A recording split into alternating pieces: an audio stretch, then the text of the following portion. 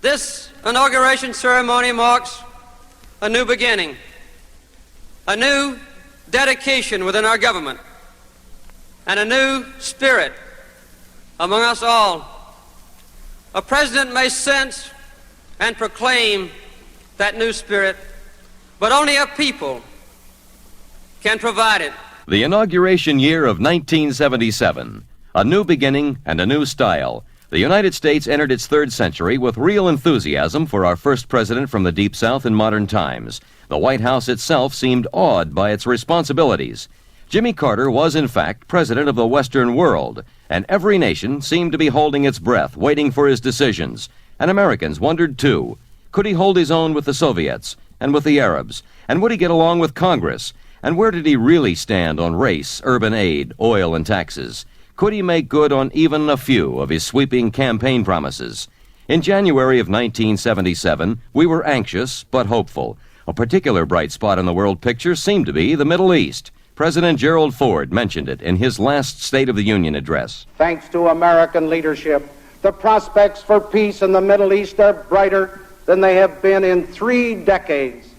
The Arab states and Israel continue to look to us to lead them from confrontation and war to a new era of accommodation and peace. We have but no alternative but to persevere, and I'm sure we will. The outgoing president later referred to another seemingly unending problem. Throughout this nation today, we have over 88 million people in useful, productive jobs, more than in any other time in our nation's history. But there are still too many Americans unemployed. This is the greatest regret that I have as I leave office. The percentage of Americans unemployed had dropped a bit, but it was still 7.9%, despite the rising gross national product and personal incomes. The rate of inflation, too, had slowed down. In 1976, it had risen only 4.8%, contrasted to 7% in 1975 and 8.8% in 1973. But the prime interest rate was going up and the stock market down. In 1976, for the second time in history, the Dow Jones Industrials had ended a year above the 1,000 mark. In January 1977, it declined steadily, and by month's end, it was in the 950s. With the various economic indicators pointing in different directions, it depended on who your favorite economist was to come to any decision as to whether or not the economy should be heated up. Without stimulus, some experts said, unemployment would go up and the recovery would go down. Others warned that any monetary or fiscal push would bring back double-digit inflation. Even the incoming administration didn't seem to be of one mind about the stimulus needed. The total amount of money that we're talking about is a little less than $15 billion in 1977, a little less than $15 billion in 1978 fiscal year, and this will provide a stability and a predictability and a minimum amount of waste, a maximum amount of accomplishing other programs that I and the leaders of Congress feel will be best for our nation. But Budget Director-designate Burt Lance seemed to be advising caution. I think we've got to be very, very considerate of the fact that those stimulus packages add to the deficit, which already is very, very high.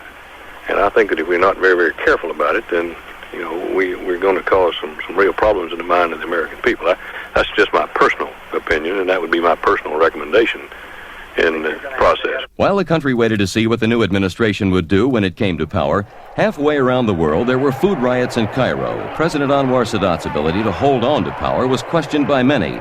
In Israel, Premier Itzhak Rabin's labor government was shaken by scandals, including the suicide of his housing minister, and the Knesset moved up the oncoming elections by 6 months. This was bound to delay any possible Geneva peace conference. And to everyone's surprise, India's Prime Minister Indira Gandhi announced a nationwide election for March and released the thousands of her political opponents she had put into prison. Nevertheless, it was generally conceded she would win re-election hands down. In the United States, at the Utah State Prison, in a building called the Slaughterhouse, convicted murderer Gary Mark Gilmore was scheduled to be shot. The execution was in doubt up to the last minute due to a number of pending appeals, none of which had Gilmore's approval. But on the 17th of January, he was strapped into a chair and said to the warden, "Let's do it." Ironically, in one of the most publicized of cases, reporters were not allowed to witness the act. The press got the news out of a prison official's office. Gilmore was the first person to be executed in the United States in the past 10 years.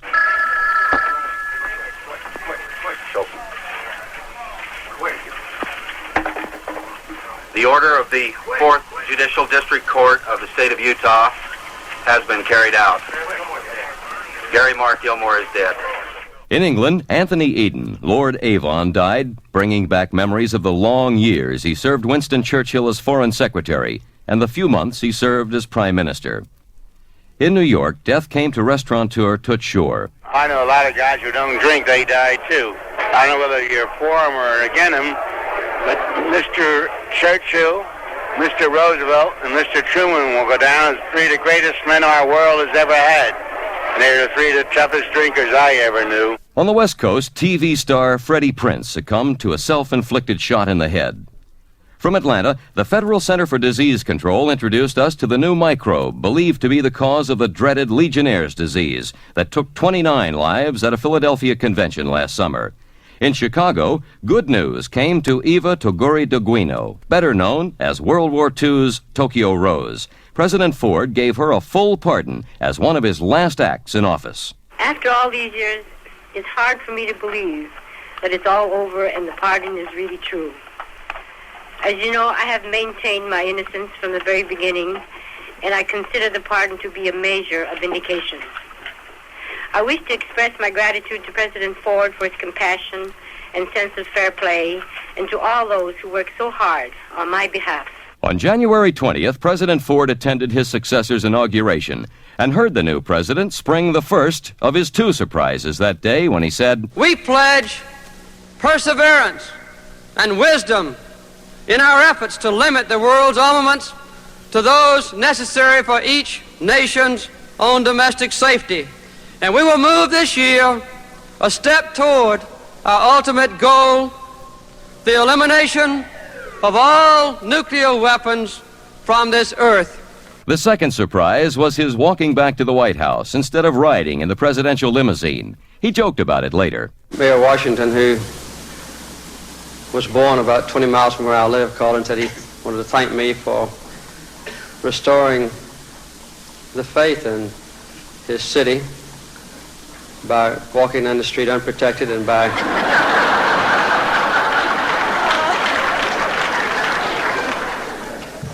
getting my brother back to Plains. The new administration's first task was to put together a team. Not all the choices were greeted by cheers. There were many objections to Attorney General-designate Griffin Bell, and Clarence Mitchell of the National Association for the Advancement of Colored People said, If it had been known that Mr. Bell would be nominated as Attorney General before the election, it is my opinion that President Ford would be today the President of the United States. There was also criticism about HEW Secretary-designate Joseph Califano, Jr. when he indicated that he opposed federal funds for abortions. But only one appointment looked as though it would not pass the Senate, the naming of Theodore Sorensen to head up the CIA. After several long talks with the president, Sorensen withdrew his name from consideration. I returned to private life with a clear conscience. When my nomination was announced on Christmas Eve, my youngest son said to me, "Now you will have to do some things you don't want to do." And I replied, "I never will. I have never compromised my conscience, and I am unwilling to do so now in order to assure my nomination." On his first full day in office, Carter issued Executive Order No. 1, pardoning all the Vietnam draft evaders who had not used force or violence to stay out of uniform. Less than honorable discharges would be reviewed. Undesirable discharges would be studied. Deserters were not pardoned. No one seemed to like the action. Some said it did not go far enough. Senator Barry Goldwater called it the most disgraceful thing that a president has ever done. But for all its other events, the winter of '77 will likely be most remembered as a time when everyone talked about the weather and did what precious little they could about it. We have some bitterly cold temperatures extending from the northern plains and northern half of the Mississippi Valley eastward across the northeastern quarter of the nation. So far this morning, we've had reports of at least 20 cities which have broken daily record temperatures. We have an all-time record temperature set at Dayton, Ohio with 20 below zero. Another one at Beckley, West Virginia. First time they've ever reached 16 below zero. It's quite chilly. In fact, east of the Rockies, it was the coldest January in 177 years. At Rice Lake, Wisconsin, the thermometer fell to 60 below. Miami, Florida, to 27 above. Floridians had much of their orange and vegetable crops ruined as many saw their first snowfall. Buffalo, New York had an unbelievable 14 feet of snow in the first 2 months of the year. It became so bad, the weatherman quit, said Sheriff Ken Braun. Plows that can no longer be used. We've got to use rotary plows, bulldozers, and front loaders to get the snow out. Some of the snow drifts are 12, 15 feet high and maybe a quarter of a mile or longer in length. We notice people on top of the snow drifts touching the top of traffic signals. Now that's pretty high. Energy supplies were low. Coal barges were frozen in rivers. Railroad schedules were frozen out of existence. But gas shortages were the worst. 50% of American homes and 40% of industry depends on gas for heat. To save gas, schools were closed down, business hours curtailed, and much industry virtually halted. With an estimated 1,800,000 workers laid off, January unemployment was estimated, unofficially, to have reached 9%. Sitting before a fire, wearing a sweater, the president made his first fireside chat. I again ask every American to lower the thermostat settings in all homes and buildings to no more than 65 degrees during the daytime and to a much lower setting at night. This single step, if carried out by all our people, can eliminate half the current shortage of natural gas and put thousands of Americans back to work. Congress quickly passed Carter's first bill, the Emergency National Gas Act of 1977, which deregulated the price of intrastate gas lines. But there were public suspicions about the gas shortage, as voiced by Ohio Democratic Senator Howard Metzenbaum. I am saying that I believe that there is a withholding of natural gas in this country for the purpose of driving the price up. I think it's a procedure that was started some years ago, and I think the effort is if you hold back on production, American people will be willing to pay anything that you ask them to pay for natural gas, and I think that the evidence bears that out quite clearly. Investigations were launched to discover if there had indeed been any illegal withholding of gas. Meanwhile, on the western side of the Rockies, the opposite type of weather plagued the country. The temperature in California cities reached record highs. Neither snow nor rain fell, drying up the southern croplands and threatening a worse drought to come because no melted snow from the mountains would irrigate the farmlands in the spring. Higher food prices were predicted. As in Chicago, when one elevated train rammed into the back of another, about a dozen passengers were killed, some 160 hurt. Stephen Martin, the motorman on the rear train, lived to remember. The train kept coming. The next thing I remember, after it hit, was my train tumbling over to the side. And I was looking out of the side door in the motor cab, and the train kept sliding. I made the slide across. In Indianapolis, the president of a mortgage company endured 63 hours wired to the muzzle of a sawed-off shotgun. His captor said he had been cheated by the mortgage company. He released his hostage after being given 23 minutes for an obscenity-filled monologue on TV. In New Rochelle, a 250-pound neo-Nazi took 5 guns into the warehouse in which he worked to shoot blacks and Jews. Joseph Mosca was one of his fellow workers. I heard 3 shots, and we ran outside to see what was going on. And then we heard the men yelling, "He's got a gun, he's shooting people." We ran back into the cafeteria. We locked the door. We locked the back door, tried to barricade ourselves in. And just as we locked the back door, 3 shots fired through the plate glass cafeteria door, blew that off, and he stuck his head in. But we ran into the maintenance shop, which is another door off the cafeteria, and we don't know where we went after that. After that, Fred Cowan killed 4 of his fellow workers, wounded 2 more. He killed 1 policeman and wounded 3 more. Then he shot himself. Death came in February to radio's Virginia Payne, perhaps better known as Ma Perkins, and to news commentators Richard Harkness and Quincy Howe, also to comedy actor Andy Devine and mystery author John Dixon Carr.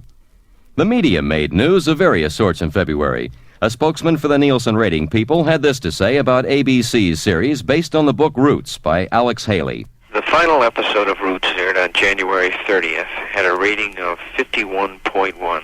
That's an average audience rating, and according to our records, now ranks as the #1 all-time top telecast on a single commercial network. We're excluding here Apollo shots and programs or events covered by the combined facilities of the three major commercial networks. NBC was reported paying $85 million for the TV rights, production, and equipment for the 1980 Moscow Olympic Games, and an undisclosed amount for the services of former Secretary of State Henry Kissinger. In Cincinnati, Larry Flynt, publisher of the magazine Hustler, was sentenced to 25 years and a fine of $11,000 for pandering to obscenity. And since he had contracted to have the magazine distributed in Cincinnati for what was called engaging in organized crime, Flynt's lawyer issued a warning. They indicated that this is only the beginning and that we expect to go after the other magazines too. That was said in open court. And if they keep that commitment, why, it seems to me it may be Penthouse Next, Playboy, Esquire, a host of other magazines, which I think is hard to understand. Civil libertarians took the warning seriously, although they found it distasteful to defend Hustler. In Washington, there was criticism of the House Ethics Committee's seeming reluctance to investigate the long-talked-about Korean scandal and for the CIA's paying large sums to foreign leaders, including Jordan's King Hussein, who was just about to visit the White House. At a press conference, President Carter was asked about the reports being published concerning the CIA. I've received substantial reports already. I've reviewed the more controversial revelations that have been publicized in the last few days, some quite erroneous, some with some degree of accuracy. These same operations have been reviewed by the Intelligence Oversight Board, an independent board, and also by my predecessor, President Ford. I have not found anything illegal or improper. Nevertheless, it was announced that the payments to Hussein would be stopped. On the economic front, Congress was wrestling with Carter's plan to give every American a $50 tax rebate to stimulate the economy. But Federal Reserve Board Chairman Arthur Burns felt that the economy was already improving at too fast a rate. I'm bound in all honesty to say that the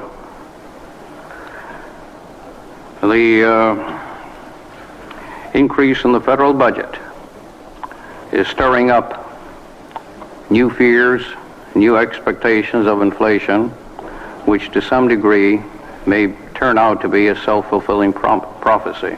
Carter did try to cut some of the budget by eliminating 19 water projects. This he did in reply to a congressional request for savings in unnecessary public works projects.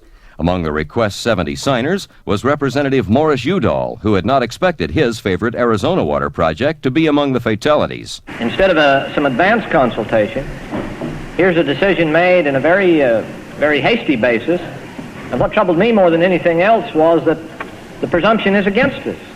It's as though you had a murder case and the judge calls the defendant in and says, we find you guilty and you're sentenced to die on April the 10th.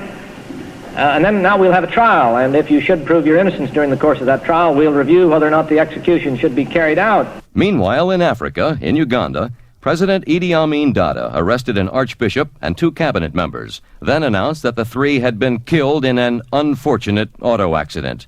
UN Ambassador Andrew Young's reaction was typical of many. In a case like the assassination of the Anglican bishop, under the guise of an automobile accident in Uganda. That kind of conduct by a government, as well as the conduct of the reported 18th person jumping out of the window in South Africa, that the world knows better than that. And that kind of action, I think, has to be condemned in the court of world opinion and public opinion. Carter echoed Young's opinion. Dada then ordered all Americans in Uganda to come to Kampala with all their possessions. Further, until the meeting, no Americans would be allowed to leave the country. Were they in any real danger? Former United States Ambassador to Uganda, Thomas Melody. Everything in Uganda is dangerous. We are dealing with a man whose reputation is clearly that of a brutal tyrant. That's been the record since 1971. In 1971 to 72, we weren't really quite sure. He had only been in office for a while. But clearly by the time that I left, which was in 1973, the record was clear. He is a brutal tyrant. However, as February melted into March, Amin first postponed, then canceled the meeting with the estimated 200 Americans, some of whom took the opportunity to leave. Amin was not the only one to react to the administration's human rights policy. There was criticism of the recommendation that aid be cut to Argentina, Uruguay, and Ethiopia because of their human rights violations. Russia also sent many protests, feeling that President Carter was singling it out for most of what it labeled abuse. There were strong hints that he was endangering both détente and any new SALT agreement. Carter insisted there was no connection between his statements of principle and the upcoming negotiations. He continued to speak out, as when he addressed the UN. When gross or widespread violation takes place, contrary to international commitments, it is of concern to all. The solemn commitments of the United Nations Charter, of the United Nations Universal Declaration for Human Rights, of the Helsinki Accords, and of many other international instruments must be taken just as seriously as commercial or security agreements.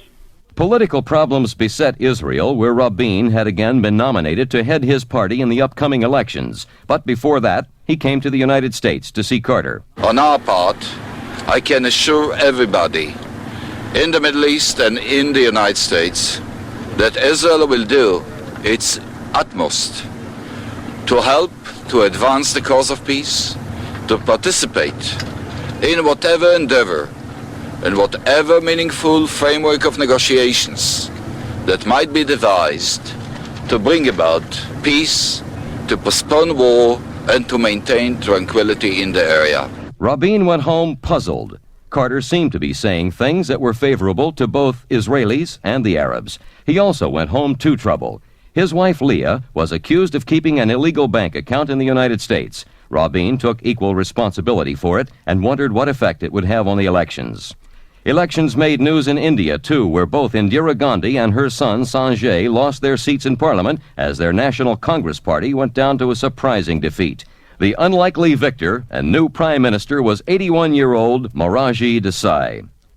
The domestic news that seemed to elicit the most emotional response came from the Federal Drug Administration. The Canadian government has just completed tests on saccharin and found a significant number of tumors in the test animals. And the findings of those studies are quite strong and quite clear-cut. Equally clear-cut was the reaction from a large part of the public that objected to the FDA's proposal to ban the sweetener.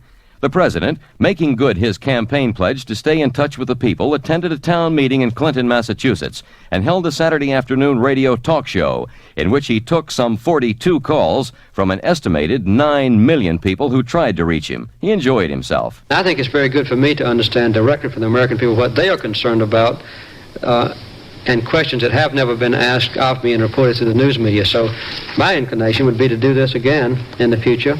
And I'll wait and see how the American people react to it to see whether or not I've done a good job to make it worth their while. In March, death came to actors Henry Hull and Eddie Rochester Anderson, and also touched the Academy Awards, where for the first time an Oscar was awarded posthumously. Peter Finch won it for Best Actor. His wife, Elitha, accepted for him and said later, I felt I'm doing it for my husband. I'm doing it for Finchy. So then I got the courage and I went up there and I said, well, I hope I can remember all his lines. And somehow I got on to it and I did it. And I'm so happy. He loves his fellow actors so much. Also in network, Faye Dunaway and Beatrice Straight won for Best Actress and Supporting Actress. Jason Robards received Best Supporting Actor in All the President's Men, and Rocky was voted Best Picture. But Star Wars was the science fiction film which became the domestic box office champion, surpassing Jaws. March, too, was a month of violence and disaster. In Washington, a dozen members of a Muslim group called the Hanafis held 132 hostages in 3 buildings, the B'nai B'rith headquarters, the Islamic Center, and the District Building. They were led by Hamas Abdul Halis, who demanded $750, the refund of a court fine he had paid, the banning of a film, Muhammad, Messenger of God, which he thought was sacrilegious, and the deliverance into his hands of the 5 men who had been convicted of his children's murders. He said he would behead them. He also wanted black Muslim leader Wallace Muhammad and heavyweight champion Muhammad Ali. If his demands were not met, he would behead the hostages. His deadline, said Halis, when the hits start dropping out of the window, then you worry. Finally, 3 Muslim ambassadors from Egypt, Pakistan, and Iran interceded. They met with Halis, quoted the Koran to him, and after some 38 hours of deadly suspense, Washington's mayor, Walter Washington, had an announcement. We have 130 of our citizens that have been released without really any substantive harm. I've just left the hospitals. There are a few people that with scratches and a few people that are upset and need some treatment, but for the most part, all of them are on the way home. A radio newsman, Maurice Williams, had been killed, 3 others wounded.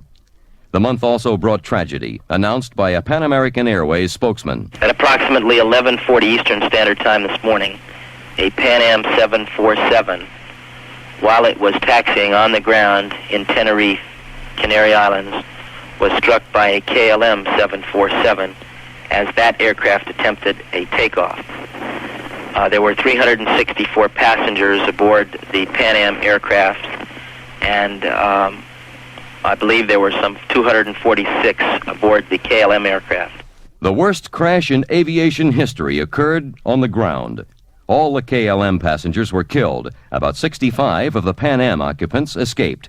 Both planes had been scheduled to land at Las Palmas Airport. Why were they at the smaller Tenerife Airport? The Las Palmas Airport was closed operationally because of an explosion which ripped through the terminal some 1 hour before the flight was due to land. And both the Pan Am and the KLM aircraft were thus diverted to Tenerife. And both of them were in position and taxiing, and one was taking off on its roll back to Las Palmas when the collision occurred. It seems the KLM pilot misunderstood his instructions from the control tower, so some 576 people were killed. So ended March 1977. In April, the Senate adopted a stringent new code of ethics, 86-9. Gaylord Nelson, a Democrat from Wisconsin, chairman of the Ethics Committee, tried to evaluate it. And I never have called it a code of ethics. I've called it a standard of conduct, a code of conduct to guide people. I don't think it has anything to do with anybody's ethics. People are either ethical or they aren't.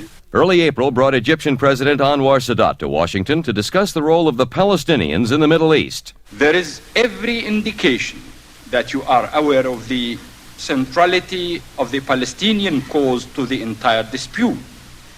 It is the current crux of the issue. No progress whatsoever can be achieved so long as this problem remains unsolved. Sadat seemed hopeful that normalization would return to Arab-Israeli affairs. Secretary of State Cyrus Vance returned to Washington from Moscow, smarting from the Soviets' angry rejection of U.S. arms limitation proposals and accusations that our human rights terms interfered in their domestic affairs. It was the year's low point in U.S.-Soviet affairs, and the president tried to clarify. The 2 proposals that we put forward was first to ratify the Vladivostok agreements on items where there was no disagreement. And the second one was a very drastic overall reduction in nuclear weaponry for both sides. And apparently the Soviets were not ready to address the second proposal because it is so substantive and such a radical change from the past when strict limits were never proposed. Speaking to a political science class at the University of Michigan, former President Ford felt the new administration had overreached. I believe that the administration went to Moscow with too optimistic a viewpoint as to what could be done. I believe that there was too much public rhetoric before the negotiations in Moscow and too much public rhetoric after the consummation of the negotiations. There may have been, and I underline may have been, some miscalculations on our part as to what would transpire in the negotiations in Moscow. Détente could only improve. Back in March, Andrew Young had accused the British of being chicken on racial issues. In April, the president came to his defense. I think all of the nations that were in such a dominant position in the last number of generations have obviously been guilty of racism, but I certainly wouldn't think the British were any more guilty than we are. I think we've all overcome that that facet of our society in a very constructive way, and I don't believe that Great Britain deserves any special criticism. And while the investigations of the Tenerife crash on March 27th continued, a DC-9, badly crippled in a severe storm, crashed near Atlanta early in April. Afterwards, the pilot's flight tapes revealed the plane's fateful last moments. 242, the Dobbins, weather is 2,000 scattered, estimated ceiling 3,000 broken, 7,000 overcast, visibility 7 miles. Okay, we're down to 4,600 now. All right, and approximately 17 miles west of Dobbins at this time. Don't know whether we can make that or not. All right, Is any airport point our position in Dobbins? Southern 242, no sir, closest airport is Dobbins.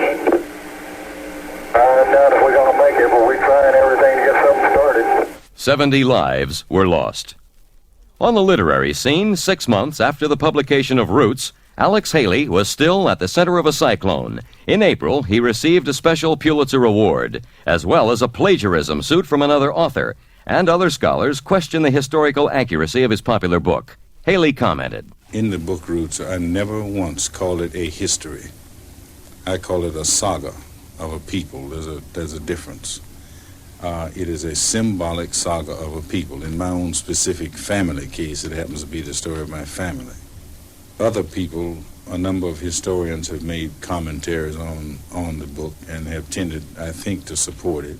Back in Africa itself, white Rhodesian and South African leaders pondered the mammoth problems of transferring power to the black majorities, prodded by constant diplomatic pressure from Britain and the United States. At the same time, Katangan refugees from Angola continued their flight into Zaire, which promptly appealed to the European powers for assistance. France supplied planes and equipment, and the United States sent non-lethal material. And UN Ambassador Andrew Young explained what he meant when he remarked that the Cubans from Angola. Many called for Young's resignation, but Young stayed on. As the Nixon-Frost interviews were being taped behind closed doors, President Carter personally commuted the sentence of Watergate burglar G. Gordon Liddy from 20 years to 8. His lawyer, Peter Moroulis, was gratified. We're very pleased and grateful to President Carter for commuting Mr. Liddy's sentence and bringing it into line with the sentences received by Mr. Hunt, Mr. Mitchell, Mr. Ehrlichman, and Mr. Haldeman. And we're very pleased that for the first time Mr. Liddy is receiving even-handed justice. Liddy would be paroled in July. In the continuing debate over saccharin, Food and Drug Administration Chairman Donald Kennedy outlined the agency's plans with respect to the sugar substitute. Our intention is to eliminate the risk from unnecessary uses of saccharin while preserving its benefits for people who may need it for medical purposes. The accumulated scientific evidence on saccharin, gathered over the past decade, clearly demonstrates that it poses a potential health risk to humans. On the other hand, Dr. David Carter, spokesman for the Juvenile Diabetes Foundation, declared that saccharin's benefits, at least for diabetics, far outweighed the hazards. Back in 1976, Jimmy Carter had promised a rebate of $50 for individual taxpayers to help pump some spending power back into American households. After the election, the country learned that only lower-income taxpayers would benefit. Then in April, the president made this statement. There's no doubt that many of the leaders who were enthusiastic along with me back in December when economic circumstances were quite different had lost their enthusiasm for the rebate and the business tax stimulus in light of recent unanticipated improvements in the economy. But obviously, it's a political decision as well as an economic decision, and I think it's a proper one, but it's a mutual decision to go ahead with it back in December and to terminate it now. Also in April, a former FBI agent, John Kearney, was indicted for illegal activities. This was the first prosecution of an FBI agent, presumably acting under orders. King Hussein arrived in Washington on schedule and complimented the president on his grasp of the Middle East. Your outlook is one which I am convinced has practical application to the problems in the Middle East. For in the long run, that which is moral is also that which is most practical and lasting. Nevertheless, the Arab and Israeli positions on Palestine were so far apart that the promised Geneva peace talks seem more remote than ever. But perhaps the major news story of April was the president's announcement that energy was his #1 priority, second only to the prevention of war. Now, I know that some of you made shortages. The 1973 gas lines are gone. And with this springtime weather, our homes are warm again. But our energy problem is worse tonight than it was in 1973 or a few weeks ago in the dead of winter. It's worse because more waste has occurred and more time has passed by without our planning for the future. And it'll get worse every day until we act.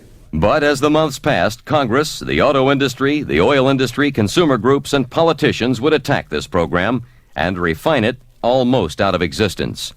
May brought out the protesters against a proposed nuclear power plant in Seabrook, New Hampshire.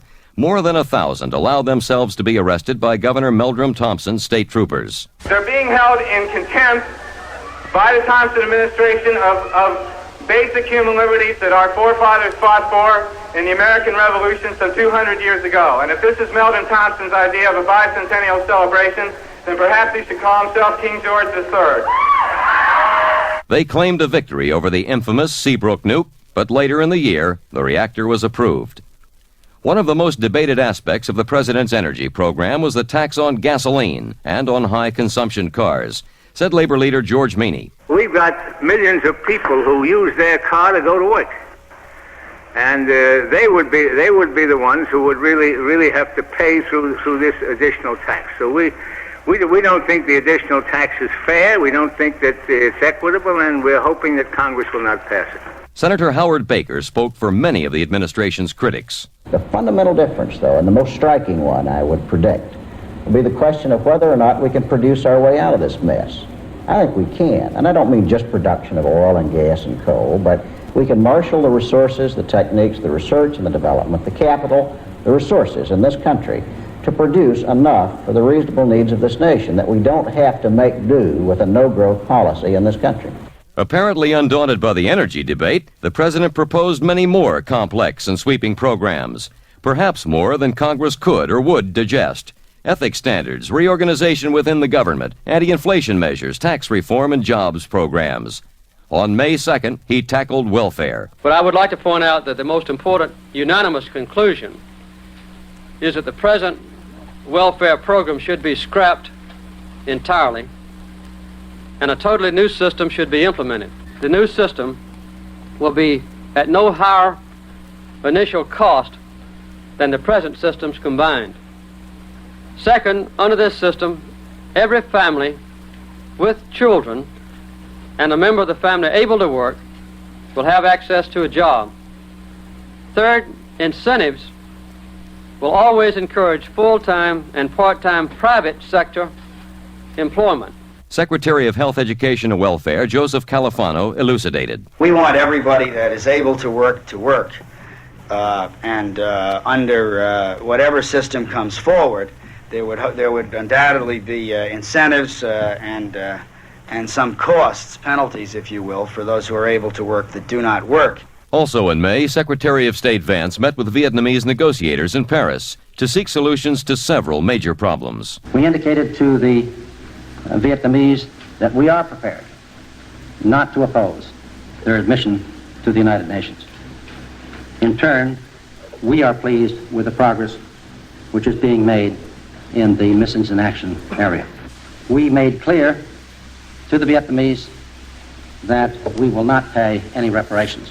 Later in the spring, the bodies of a few American soldiers who were missing in action in Vietnam were returned to us.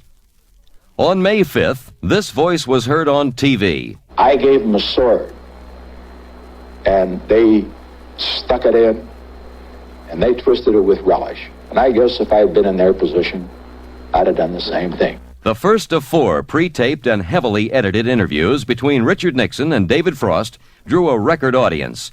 It also elicited comment from many Watergate figures, including Peter Rodino, former chairman of the House Judiciary Committee. It was a sad commentary that the former president of the United States would attempt to explain away his offenses some years later when we know that you can't rewrite history and that the history is there in the report that the House Judiciary Committee wrote as a result of a very careful, exhaustive, deliberate, and fair inquiry. While the postmortems continued, Judge Milton Pollock of New York ruled that the existing ban on Concorde SST flights into Kennedy Airport was illegal. Residents of Queens fumed, but the British and French were elated. This is Trade Secretary Edmund Dell. Of course, we're delighted. We've always held we had rights to take Concorde to New York, and we're delighted that Judge Pollock has upheld that view.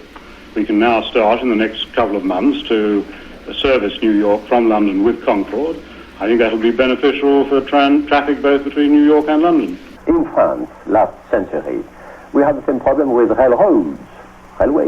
And for instance, some towns decided that they will prevent railroads to come into the city because of the noise and all the smoke. And we think it was a sensible decision.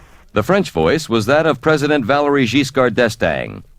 Here at home, an official of the Labor Department reported on the national unemployment picture. One are the experienced workers, the adults, and they have improved a great deal. And their improvement is fairly consistent with what we saw in the past.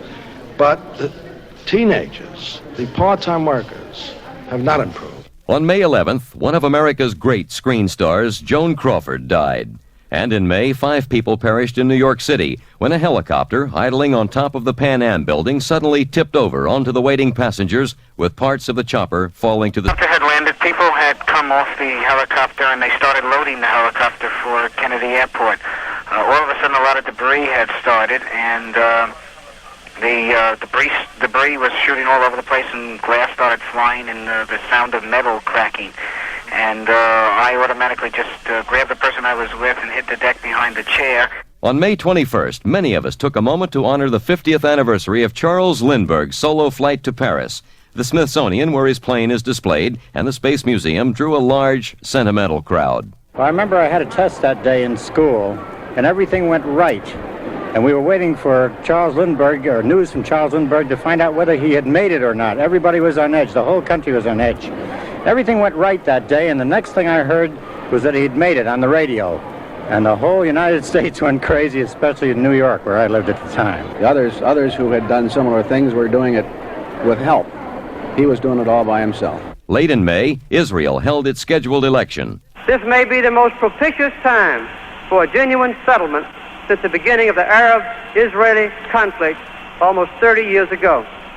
To let this opportunity pass could mean disaster, not only for the Middle East, but perhaps for the international political and economic order as well. The opposition party, the hawkish Likud bloc, was thrust into power. Its leader was Menachem Begin, who promptly spoke on an ABC TV program about the all-important question of a Palestinian state. If we should withdraw from Judea and Samaria, please understand, everybody should have a look, a glimpse at the map. All our cities and towns would be in the range of the conventional artillery provided by the Soviet Union to that Palestinian state. Such a Palestinian state would in no time turn into the central base of the Soviet Union. It is not a coincidence that during that strategic conference in Moscow, Mr. Castro was present and Mr. Arafat. At the very same time, they have a so-called Palestinian Charter in which they say, Article 19, that the formation of the State of Israel is null and void from its inception. What are we going to negotiate with them? The destruction a priori or a posteriori of the State of Israel? That is absolutely absurd. Begin was sworn in as prime minister a day or two later. Less than a week before, Crown Prince Fahd of Saudi Arabia was meeting with President Carter. I've kind of had a busy day today meeting with Crown Prince Fahd from Saudi Arabia. I was telling him about the difficulties that I have with the government being new in it. He said if I thought I had trouble, I think it would be if all of you were relatives of mine as they are in Saudi Arabia. When he said it, I had the strangest feeling just realizing that if I was in Saudi Arabia, my brother Billy would be crown prince. Despite the comic relief, Prince Fahd assured us there would be no embargo on oil. The world's attention was suddenly focused on Holland when a band of South Moluccan terrorists captured a school holding 100 youngsters and a local train with 60 passengers. The Moluccans demanded the release of political prisoners and a plane to carry both terrorists and hostages out of the country. The Dutch government refused. The terrorists have declared that they might be willing to let the hostages free without going abroad with them. The government had said, we will never let the hostages go out of the country. They have declared, we are willing to make concessions in that respect. The children were released when many of them became ill, but the passengers' ordeal would continue. New York City, meanwhile, was treated to a true-life adventure of a different kind. George Willig, a toy-maker mountaineer from Queens, decided to climb the city's tallest building, the New World Trade Center. City officials contemplated a massive lawsuit, then relented and made the punishment fit the climb. 110 stories high, we figured a penny a story. So we'll settle it for $1.10. Willig seemed nonplussed. It was more personal gratification than anything. I didn't expect this kind of a reception. I didn't expect all this hullabaloo over it. I didn't expect, as some people say, myself to be somewhat of a folk hero. A flash fire destroyed the cavernous Beverly Hills Supper Club, capacity 5,000 in Southgate, Kentucky, costing 160 lives, almost all from smoke inhalation. The scene was compared to a war zone. The fire occurred while a crowd was waiting for singer John Davidson, who later had this to say. To me, the biggest problem is that it was just overbooked. It looked like the Copacabana used to look just jammed in there. Memorial Day brought the announcement that the First Lady would become Goodwill Ambassador to Latin America. I think it is so important when there's a new administration to develop personal relationships with the leaders of the other countries. I think they're interested in us. We are always interested when a new leader comes to power in another country. So I think it's important. And I think that I can establish a personal relationship with the heads of the countries that I'm going to visit and our family. The president's wife would visit 7 nations in 14 days. In May, the Senate approved a new bureau with cabinet status, the Department of Energy. Early in June, the House concurred but refused to give the authority to set the price of natural gas. Another echo of Watergate was heard in June. Ehrlichman, Haldeman, and Mitchell, having exhausted all their avenues for appeal, prepared to serve from 20 months to 8 years. Haldeman appeared philosophic. More than 4 years ago, I started a legal process that I felt at the time was going to be difficult, but that I believed was right. I still believe that that was the right decision, and I'm prepared now to accept the results. John Mitchell, however, seemed to resent the cameraman. I'm going to get through here first, and if anybody puts one of those near me, I'm going to knock it down his throat. Unemployment declined in the early summer to 6.9%, the lowest in 2.5 years. Julia Shishkin, commissioner of the Bureau of Labor Statistics, told Congress things were looking up. The economy completed the 26th month of the current expansion in May, with further rises in employment and aggregate hours and a smaller rate of increase in wholesale prices, both for foods and industrial commodities. Unemployment was little changed, although the overall rate was below 7% for the first time in 30 months. But many observers felt the minorities, blacks, women, and teenagers, still faced a grave problem in the job market. Having repeatedly shaken up the Western world with his blunt statements, Ambassador Andrew Young gave an interview to Playboy magazine in which he accused former Presidents Nixon and Ford of racism. Later on, Young commented, I certainly didn't mean anything derogatory about, the personal lives of either of the two presidents, but there is a kind of insensitivity to cultural differences, let's say. I don't think you can be born in the 20th century and not have been contaminated by the problems of race. And I think that it's something that I think we all struggle with. The only thing that concerns me is that bothers me is when we're not struggling. An immediate reaction came from Senator Barry Goldwater. I don't think he should have ever been appointed. I've known a lot of men get one foot in their mouth, but he can get both feet and both hands and his hat in his mouth all at the same time. And Andrew Young had this later comment. I think the Republicans really have had so little to criticize in this administration. If I didn't do what I'm doing, they'd have to invent me. Thanks very much. A milestone was observed in June when Queen Elizabeth celebrated her 25th year on the throne of Great Britain. I want to thank all those in Britain and the Commonwealth who, through their loyalty and friendship, have given me strength and encouragement during these last 25 years. In Miami, voters went to the polls and repealed a local ordinance protecting homosexuals from discrimination. Robert Kuntz, a spokesman for the gays, vowed to fight. We're obviously going to take this to the U.S. Supreme Court, and we feel very confident we can win there because there's already a court precedent on this issue. And so we'll simply have a court decision that will affect everyone in the country on our behalf, and in a sense, we won't even have to go through the Congress to get a federal legislation. It'll be done through the Supreme Court. And Anita Bryant, the singer and TV personality who led the crusade for repeal under the banner of a group called Save Our Children, had this to say. Tonight, the laws of God and the cultural values of man have been vindicated. I thank God for the strength He has given me and my family. And I especially thank my fellow citizens who joined me in what at first was a walk through the wilderness. In mid-June, Rosalind Carter stepped lightly off a plane at the end of her diplomatic mission to Latin America and reported to her husband. I found goodwill and friendship everywhere I went. They love you in the Caribbean and in Latin America.